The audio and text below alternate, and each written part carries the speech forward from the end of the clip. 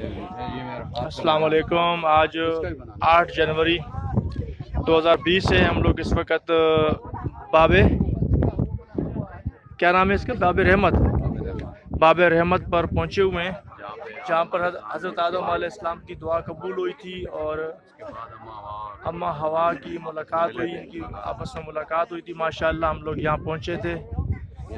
यहाँ पर सब इरफात का मैदान है और वो पीछे जो मस्जिद है, क्या नाम, निमरा ना, मस्जिद निमरा है। और इस तरीके से यहाँ पे एक खुतबा होता है हज के टाइम पे, उसके बाद ये मस्जिद बंद हो जाती है और फिर जो है इसको बंद कर दिया जाता है। और यहाँ पर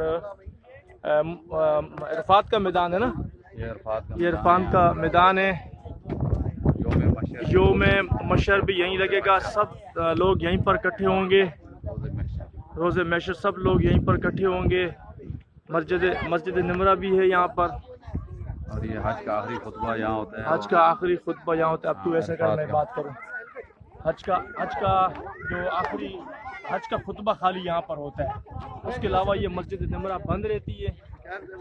और बाबे रहमत पे हज़रत आदम अलैहिस्सलाम की मुलाकात हुई थी अपनी हवा से।